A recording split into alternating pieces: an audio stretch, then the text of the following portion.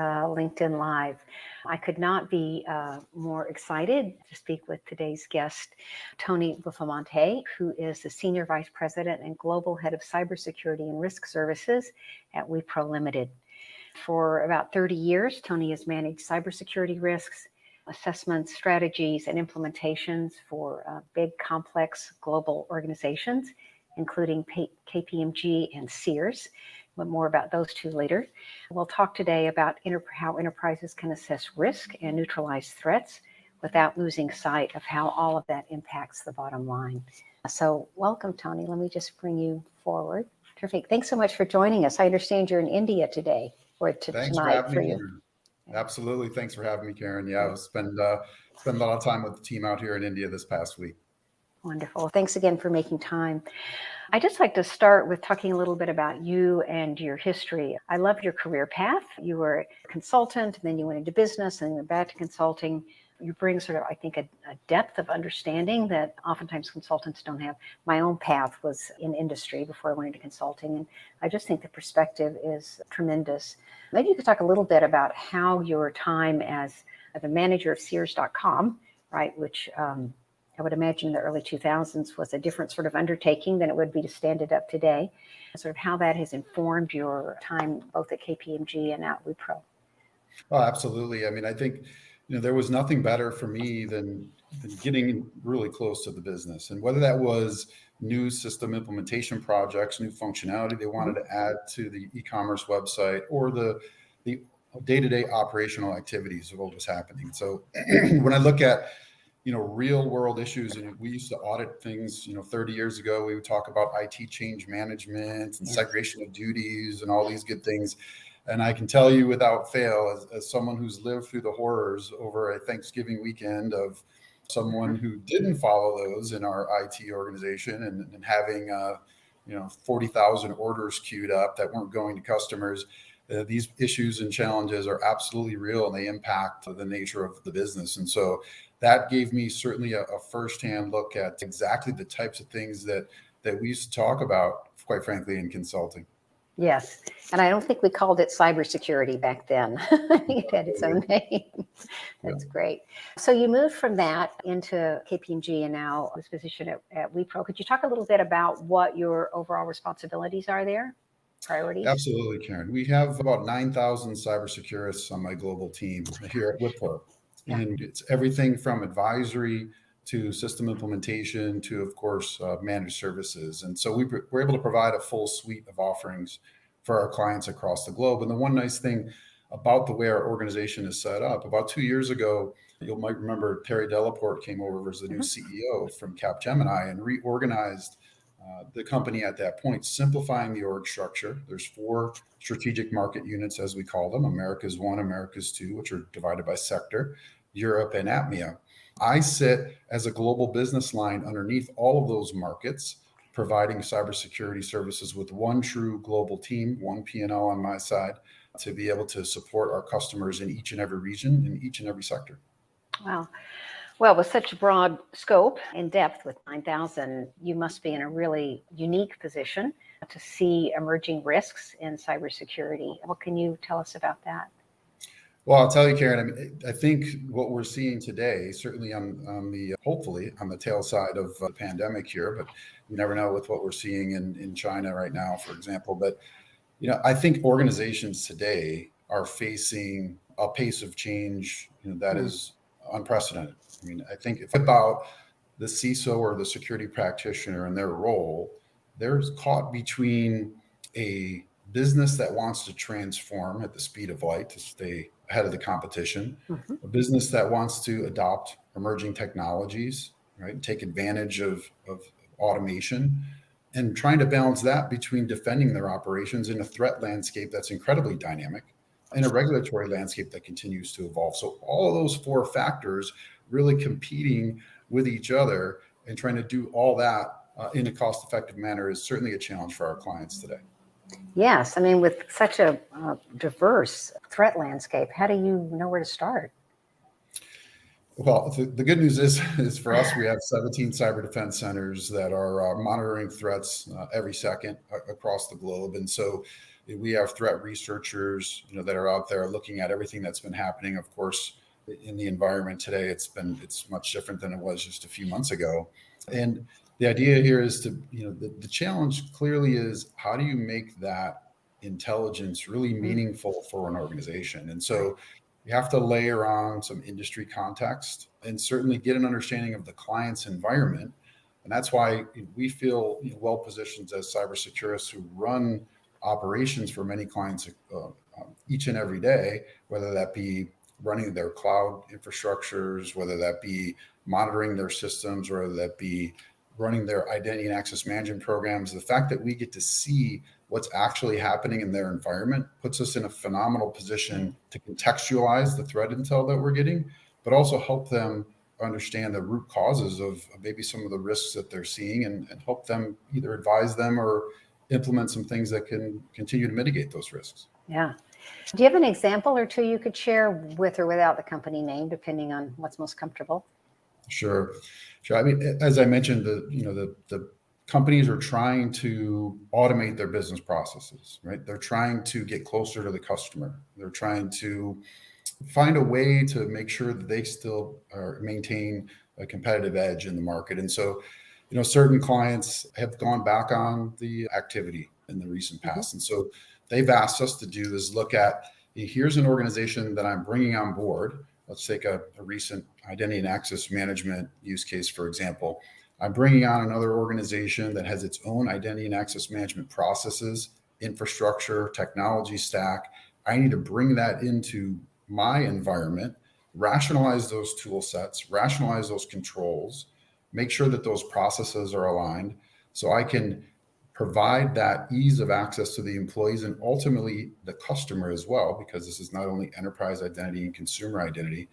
So what we ended up doing was obviously starting with the strategy, the roadmap, making sure that we created the technical reference architecture, ultimately did a product selection, implemented that tool stack, and then now we're running it for them. And so the idea is to make sure that we're rationalizing the technology, improving the processes, and making sure that not only they're mitigating risk, but they're auditable at the same time as well. And that's a key factor for a lot of our clients. They want to make sure that they're maintaining that compliance based on the regulatory landscapes that they're having to deal with today.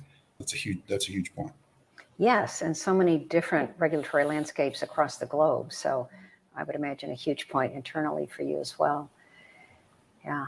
One of the biggest issues for enterprise today, as I talked about sort of where to start, is this need to balance this risk and dealing with the risk with other business needs. I'm imagining that cybersecurity budgets could be larger than they are at all businesses, and yet we have to spend money on other things as well. How do you help organizations balance those different needs and come to a consensus on what they need to actually allocate towards cybersecurity? Well, I think what's important to realize is, you're seeing a shift in the market as organizations adopt more and more SaaS services, cloud services, et cetera. Some of that traditional IT spend is really moving out of the IT budget proper and into the businesses. And so organizations that have been traditionally aligned with hardcore IT infrastructure and have used metrics like IT security spend as a percentage of the IT budget are really trying to figure out how to transform and make sure that they're understanding, how do I stay on top of what are those business initiatives that are happening? And so, we're placing security architects, security program managers, not just in the security organization, but also within the lines of businesses to help get that front end view of the pipeline of activities, those business transformation programs, and then helping the clients understand what's the sensitive data that we're trying to protect, the crown jewels, so to speak. If we're doing something across border, what does that mean from a regulatory standpoint? And so we're trying to identify those risks early in those business transformation initiatives so that we can then adopt some strategies that doesn't slow down those programs, but hopefully continues to enable those programs. Yes. And I would imagine with the high profile cybersecurity issues that organizations have had lately, maybe it's easier to get attention on those things than it has been in the past. I would like to change our topic just a little bit. And you mentioned you were leading now 9,000 people globally, but just to hear a little bit about your leadership. How do you lead 9,000 people? How do you keep them aligned? How do you keep them focused and engaged and be successful in an environment that is that large?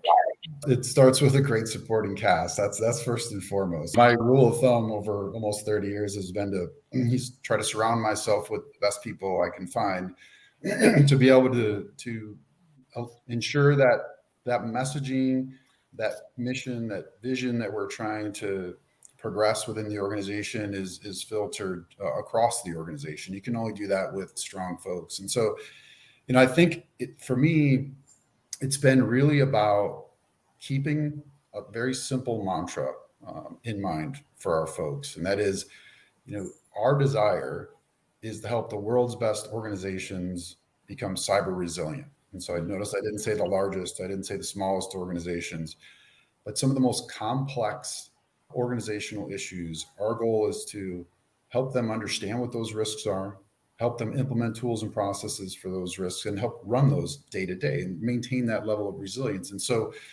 what we like to do is help people get that business context, understand what's the purpose and values in their work, right?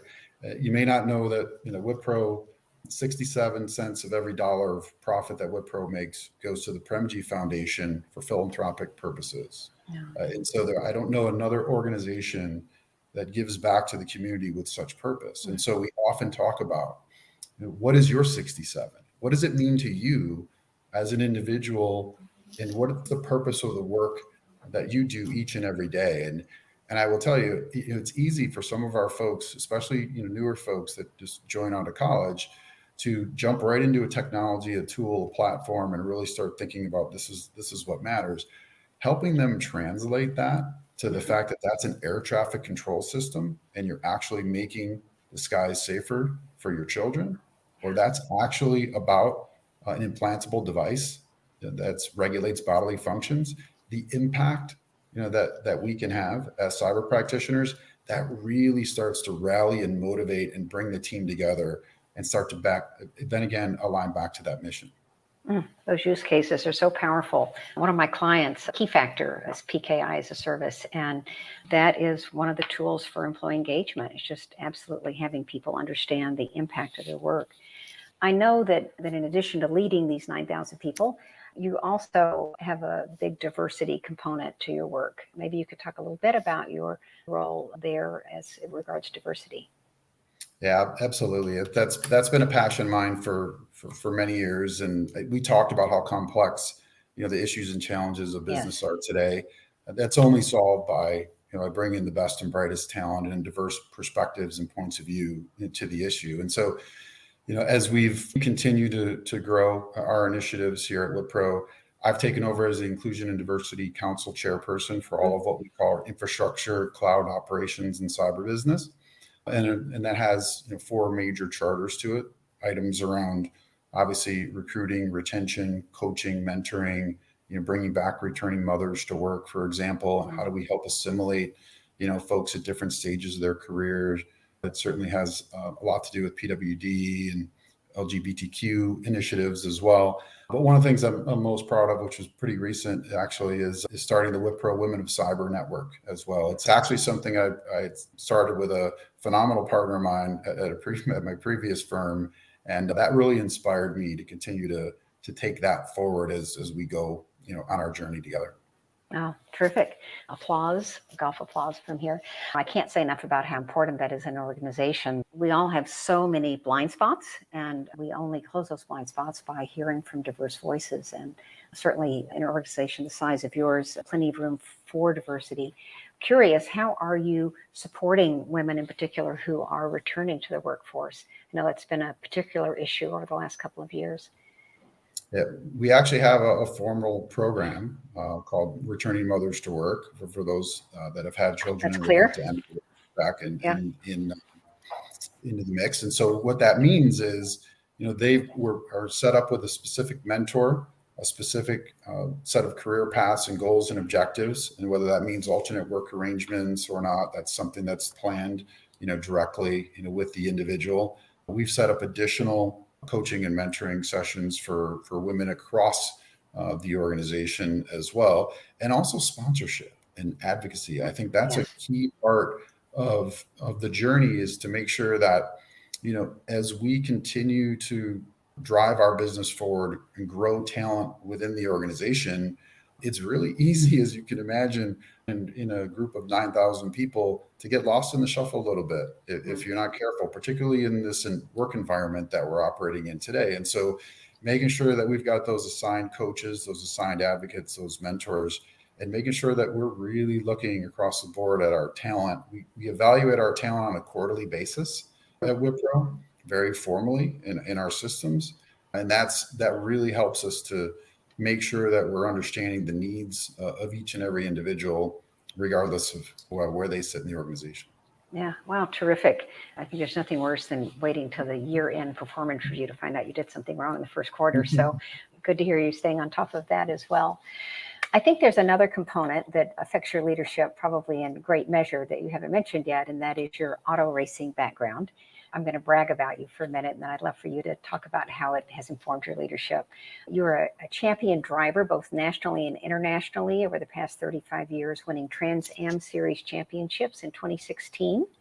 And how has that experience informed your leadership? Well, I think what's been phenomenal about auto racing in my career, the way I started when I was a kid was with my dad. And so we would go to the track together. I would learn from him. That would be the quality time that we spent together. And so, that is a sport. I love the sport so much because it is an incredible team sport that you don't even realize in most cases, between the engineers and the chassis folks and the engine tuners and all the pit crew and things that make that work. It's an incredible team sport. Everyone has to do their part all the time to make it right. And then when it comes down to the race itself, it becomes a very individual sport. And so it puts a lot of pressure on the driver to make sure that he or she is not letting down the team that maybe has worked months for just this one event, right? And so the combination of that teamwork and collaborations part is a big component of it. But certainly I draw a lot of parallels in my team meetings with the folks. I mean, innovation, right? Competitiveness, that drive, that willingness to want to win, right? And doing what it takes to win. These are all things that I think translate very, very well into the business that we have each and every day. Yeah, absolutely. I'm sure you're familiar with the Drive to Survive series on Netflix for Formula One, which was my first taste of professional car racing world. And the teamwork required is so clear, and the interdependence. And that's one of the things that's difficult to show sometimes in an organization, because the effects are not so immediate, right? If someone doesn't show up that day or doesn't quite finish the project on time or all of that, it's not quite as dramatic as it is when you do it in something that is as time-based as professional race driving. And yet all of those elements are still present. So I think it's a wonderful metaphor. I also saw that in the same way maybe that your father mentored you, you are mentoring your son in the race? I am. So my son Gian is now 14, and so in the last couple of years he's started his karting career. And believe it or not, we already have had him in a full-size race car at 13, doing 115 miles an hour at a track called Sebring International Raceway. You might be familiar with. It's kind of come full circle, right? I mean, now we're at the situation, and fortunately, my dad is still able to go to some of the races. So you have 3 generations of Buffamontes there, which is a lot of fun. And, it's a great thing to see him get excited about it. I'm trying real hard to make it not about me and make it about him. But so we'll monitor that along the way, and we'll see how that goes. He's got a tremendous amount of other things, going for him as well. But I will tell you, the new job of pit crew and engineer and truck driver and coach and financer is a lot harder than just being the driver. That's for sure. Yeah. Well, I'm sure you're instilling all those leadership skills, and I hope they'll support him in the way that they've supported you. I also wanted to ask you sort of my final question, which is around your sort of the seminal part of your career. The tagline for my business is up and to the right, because that's the place on the 2x2 matrix where we always want to be, that box.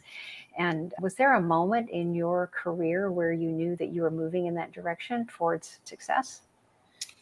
Absolutely. And I think, again, it's going to go back to what we were talking about earlier around the people component, right? I mean, I think whether you're in a large organization, whether you're in a consulting firm, in an industry role, whatever it may be, I think there's nothing more rewarding than being in a position to help somebody meet their career objective. And so I will tell you, there was a young woman that I coached and mentored and helped become a partner in a big firm. And that moment when you are maybe just a small part of helping somebody to achieve a career milestone like that tells you that you've done something right.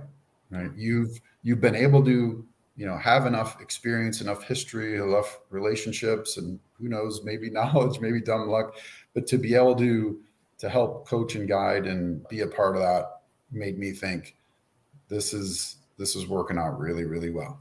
Yeah, that's phenomenal.